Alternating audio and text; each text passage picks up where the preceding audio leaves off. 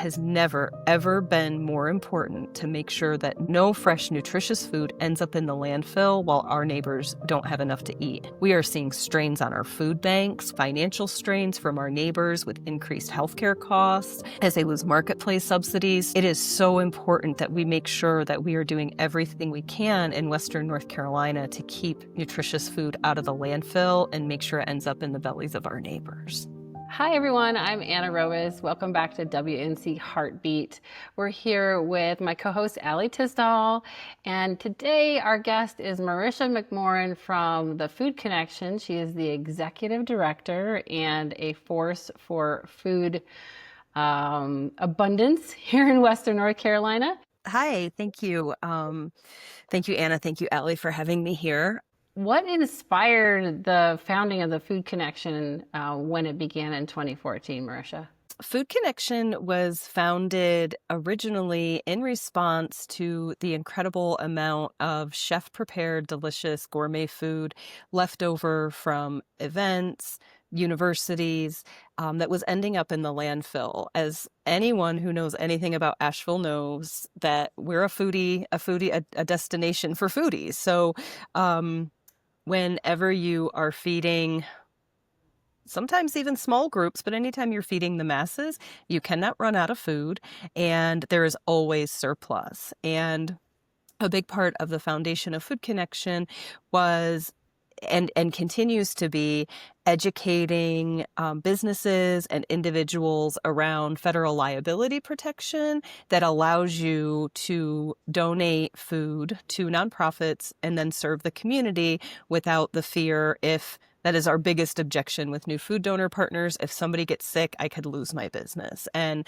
that is not the case. And so a big part of our work is advocacy and education around protection to allow chefs to take their delicious food that they, poured their heart and soul into, not have to throw it away, and instead let all of our neighbors enjoy the delicious cuisine that we're so proud of in this region. That's incredible. How big is the program? Like, which counties are you guys serving right now? That's multi-part answer. we have grown a lot in our 11 years. So to put things into a little bit of context, the first full year that Food Connection was in operation, we estimate that we rescued and redistributed about 10,000 pounds of food. And this year and the last 12 months, we have rescued and redistributed about 250,000 pounds of food. Whoa! My Yeah, God. so Congratulations. yeah, thank you. So our lifetime total, we are just now celebrating 1 million meals served, and a quarter of that has been done in the last year. Okay, I just got chilled. That's a lot. It's a lot. It is 125 tons exactly in the last year. So we have 3 core programs. Our food rescue program is the program that goes out and rescues the food. So we partner with institutions, catering companies, conference centers. So Omni Grove Park Inn, UNC Asheville, Mission Hospital, Ridgecrest Conference Center, the Century Room and Pax Tavern, who have leftover food. They donate to Food Connection. And then our initial model was that all of the rescued food went directly to agency partners who serve the community in large hotel pans. So Western Carolina Rescue Mission, Salvation Army, Black Mountain Home for Children, faith-based welcome tables and open tables, Veterans Restoration Quarter. So anyone who could take a large volume of food, store it safely, heat it, and serve it. So our largest program now, that was born through a lot of learning through the pandemic, is our mobile meals program, where we take large volumes of this food back to a central hub and we repack it into individual heat and serve meals. So you may receive, if you come to us for a meal, you may receive flank steak from the Grove Park Inn, gourmet macaroni and cheese from Pax Tavern, and local green beans from UNCA. That sounds delicious. And I've definitely seen Fran, right, is the name of the van that takes the meals around. I've seen Fran around town and driving back and forth to places, and it's always packed. There's always a lot of people. And so it seems to me like you're really good at getting the word out and coordinating. And it seems like it'd probably be a ton of coordinating between a lot of different agencies. Is that correct? Yeah, it really is. We have about 30 agency partners that we still serve. Agencies are predominantly in Buncombe, Henderson, and McDowell County. Our mobile meals program with the individual meals, we have several sub-programs. So our largest one that makes up about 65% of our individual meals served is our Beyond the Bus Line program. And that means just how it sounds, that we take Fran, our free food truck, beyond where the bus serves to food deserts, communities that have barriers to access. And we serve, those are our open to the public distribution. So every single week, same time, same place, our schedule can be found on food-connection.org. Tuesdays we are in Fairview, Wednesdays we are in Leicester, Thursdays we're in Candler, Fridays we're in Weaverville, and Saturdays we're in Swannanoa. And that is, again, our biggest program with our mobile meals, open to the public. Everyone is welcome. No questions asked. We have another sub-program that is youth and families, where we partner directly with early childhood learning centers and affordable after-school programs to bring meals directly to parents and caregivers picking up their children at the end of the day.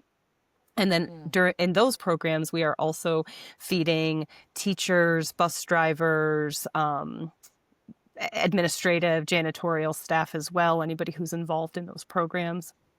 And then our elder program serves our senior neighbors living on fixed income who may have some supplemental, resources for food, but might not be enough to make ends meet. We have a recovery program where we partner with behavioral and mental health, substance use, recovery programs to make sure that folks that are overcoming challenges in their life have access to nutritious prepared meals. It's so important in any type of recovery. And then one of our biggest growing programs is our Community Connector program. And that is how we get the meals the final mile. So anyone who works in any type of human service nonprofit, and is directly involved in any type of community work understands that communities know their community the best. They are the expert in who's living around them and what the needs are and how to meet those needs. So our Community Connector program, we have folks that come all the way from Spring Creek in Madison County, that come from Haywood County, from Waynesville, from all over the region, and they will pick up 30 meals in a cooler bag and take it out to Sandy Mush or out beyond where our staff could reasonably get to where they know that their neighbors are in need of food resources. That's incredible, Marisha. The scale of what you guys are working on is very impressive. It sounds like you have some really very impressive statistics, but what I'd love to do is drill down and see if do you have any individual story that sort of illustrates the Food Connections impact that you can share with us? I love that you asked that. My staff and my board they pick on me because I am very data driven, and that's my jam. That's why you're the executive director. Numbers are important. Numbers do tell a story. But yeah, the human connection, and I think before I share some stories, that one thing that we like to share in our work is food insecurity doesn't look like just one thing. And I think that's really important to understand. And that's why Food Connections, one of our highest values is service with dignity and no questions asked, because maybe the majority of time it is a financial barrier that folks don't have enough to eat, but there are a whole other, there are so many other factors that prevent people from having access to the food that they need. I just love how you flesh that out, because like I think that's a very real misconception that most people have, is that there are so many barriers.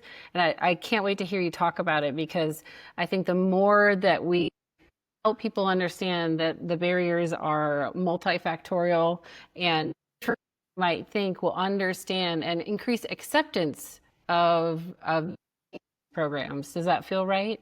Yeah, absolutely.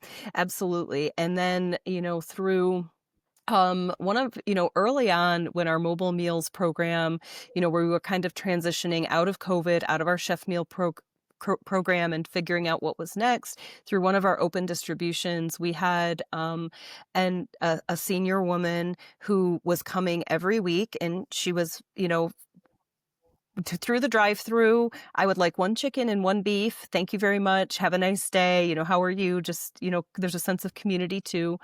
And then for months, she would come every Saturday. And then she came back one day and she handed us a big check. And we were like, what is this? You don't have to pay for the meals. You come all the time. And she said, I want to donate to your work. She said, I have been undergoing chemo, and I have been really unwell, and I haven't had the energy to prepare food. I haven't had the energy to cook.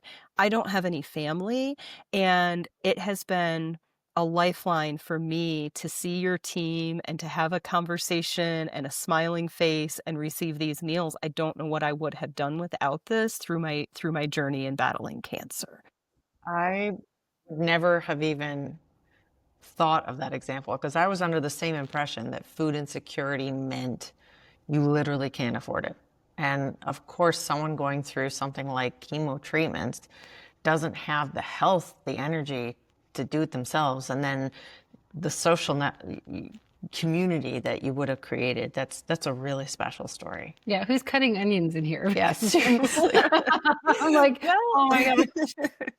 Having had family members that went through cancer treatment, it is one of the things that gets overlooked, is how social networks sometimes don't support us as well as they need to. And to have that kind of support is truly life-changing, especially in your example. She was allowed to continue her life because she had that kind of support. And that's just it's such a great example of how it may not show up how you think. Another kind of testimonial that just came up. Buncombe County Schools has a migrant education program where they work with families who are migrant farm workers, and it's particularly difficult, even in a different political landscape. It can be particularly difficult for migrant families because they move based on the season to have consistent access to resources. And that's one of our community connectors. And they have a list of families and how many are in the families, if there's any dietary restrictions. And they come and get how many ever meals they need for that week, and just shared with us that many of the children in these homes sometimes they'll go a whole week without having any protein. So a lot of our food boxes and our pantries, and when we partner with Manna, we partner with Bounty and Soul and Fresh Produce. Sometimes what is lacking in those boxes is protein. And so especially with children who are developing their bodies and their minds and having the fat and the protein in their diet is so important for their overall development. And she just shared what a gift these meals are and what a game changer they have been for these families to have access to a complete meal with a protein, a starch, and a vegetable. One of the unsung or unrealized, I guess, benefits that we didn't anticipate going into our mobile meals program, one of our early on partners, and still is, Verner Center for Early Learning. And we get a lot of feedback that since we're bringing such a variety of food, we see parents that are so shocked at what their children like that they've never tried before. So we see it over and over. Like, my child loves salmon. I've not been able to afford salmon. I've never cooked fish in my home before. And my child loves salmon and butternut squash. My child even eats salad. Who knew? And these green beans. That's So awesome. So I do believe also that we are helping to, shape lifelong, eating choices and eating habits.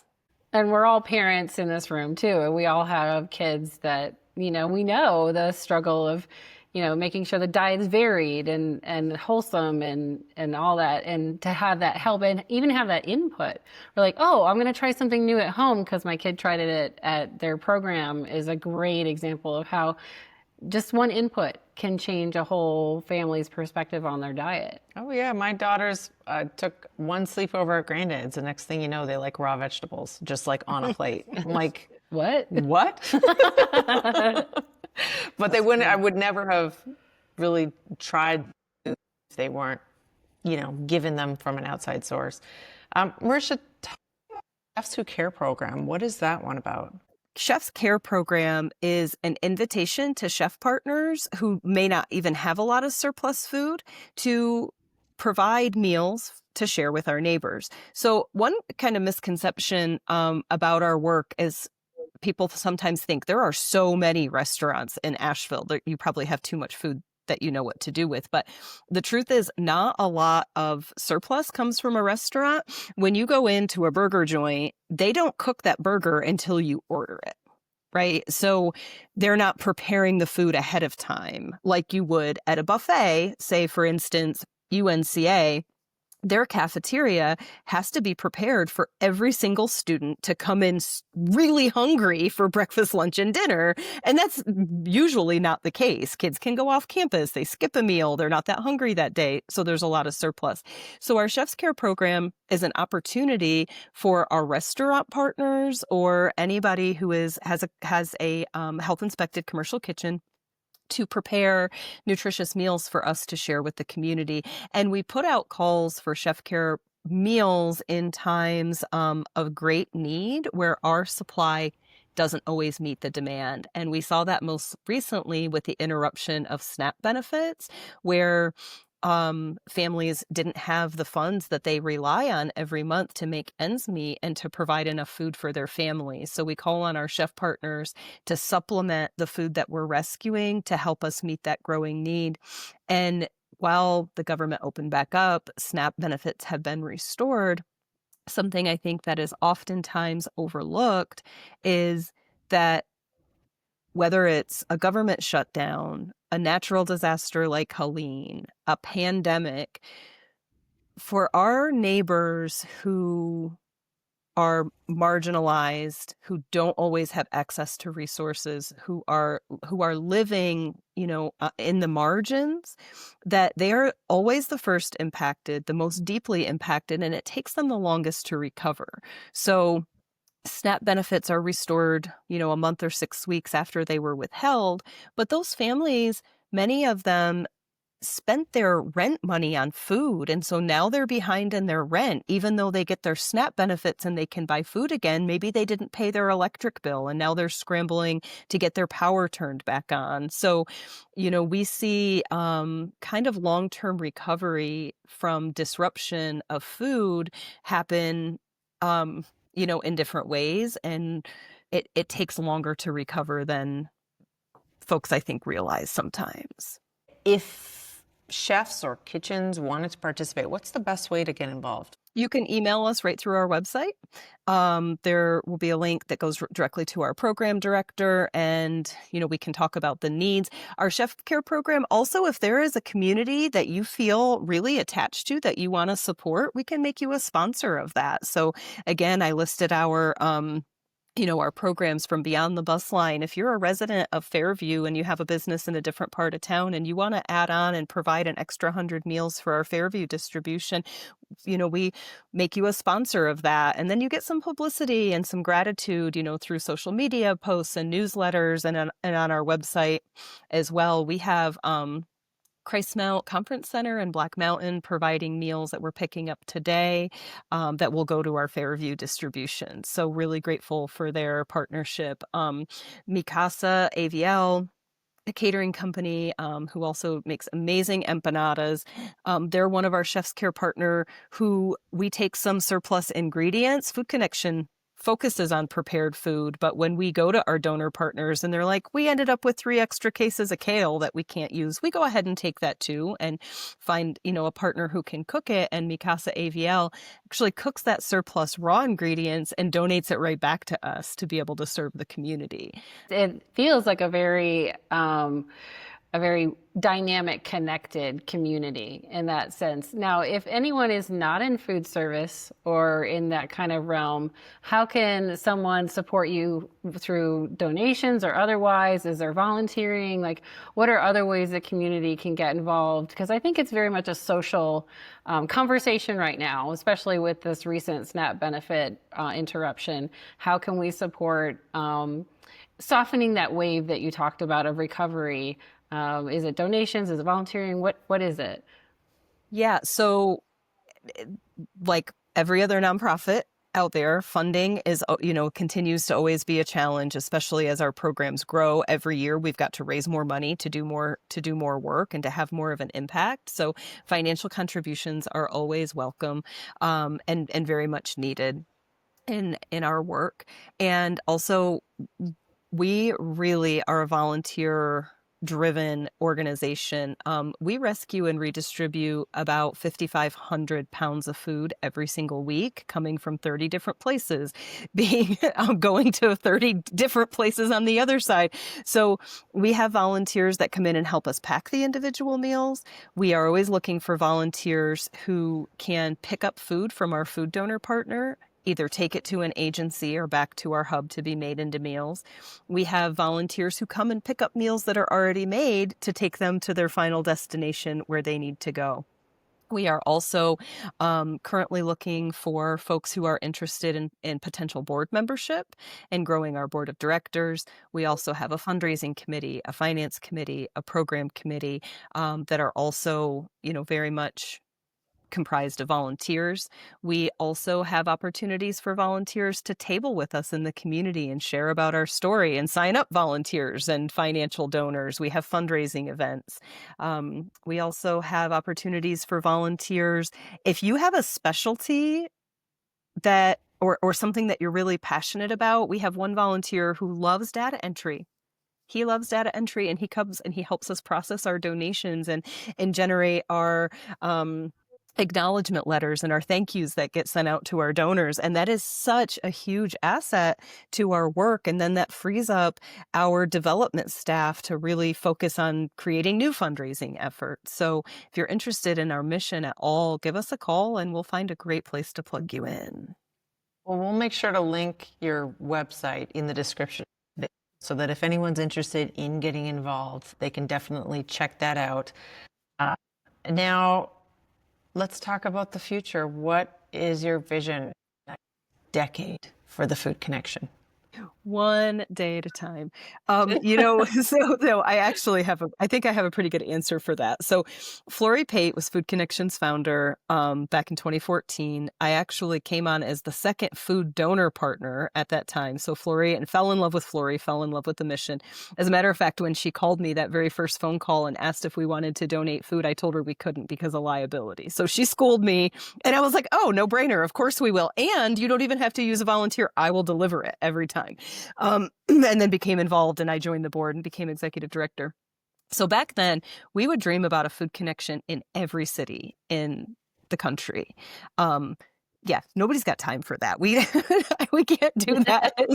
So this year we are really more formally launching a mentorship program. There are many well-oiled machines across the country who do what we do in food rescue and redistribution. There are not organizations yet, like Food Connections, who create the individual meals, which helps so many more people have access to the nutritious food that they need. So our mentorship program, we helped launch Feeding Charlotte in Charlotte several years ago. We've worked with a group out of Lakeland, Florida, to teach them how to implement food rescue. And the truth is, not only do we not feel like we need to be this big corporate monster who takes over the country, but the truth is, back to communities know best what the communities need. So it makes a lot more sense to teach and empower community members to implement this in their own area. We continue to bring on food donor partners. We just onboarded a new program director, Whitney Ray, who is really going out there and doing the education and onboarding piece to bring on even more food donor partners. I've believed in this mission for 11 years, and I can say that it has never, ever been more important to make sure that no food, no fresh, nutritious food ends up in the landfill while our neighbors don't have enough to eat. We are seeing strains on our food banks. We are seeing strains, continued financial strains from our neighbors with increased healthcare costs. As they lose marketplace subsidies. So it is so important that we make sure that we are doing everything we can in Western North Carolina to keep nutritious food out of the landfill and make sure it ends up in the bellies of our neighbors. Wow, you're such a good spokesperson, Marisha.